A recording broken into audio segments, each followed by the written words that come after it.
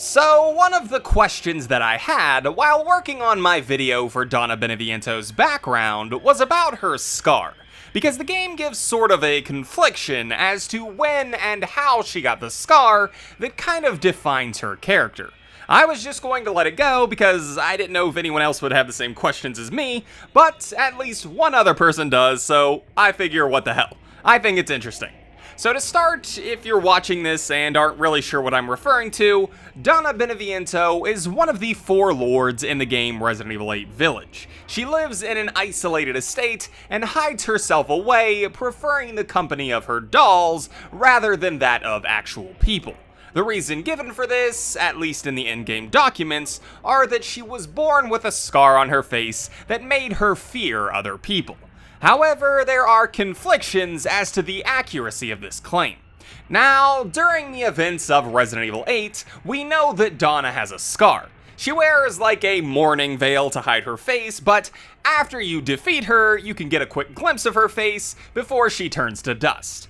Where the confusing part comes in, however, is in the game's concept art, where in the image that they give for Donna Beneviento and Angie, on the 3rd scroll of text, it's stated that Donna's face is also based off the same crest symbol, with the scarred part of her face caused by the parasite.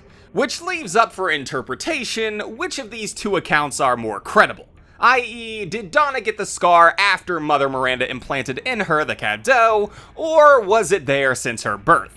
It's kind of up in the air as to which you believe is more likely. Personally, I trend towards the gameplay documents because I think the concept art is more just their initial thoughts on the character, and the in-game document is what they actually decided to go with. Referring to the Gardener's Diary, where he states, "Ever since childhood, she has always feared others due to the scar across her face."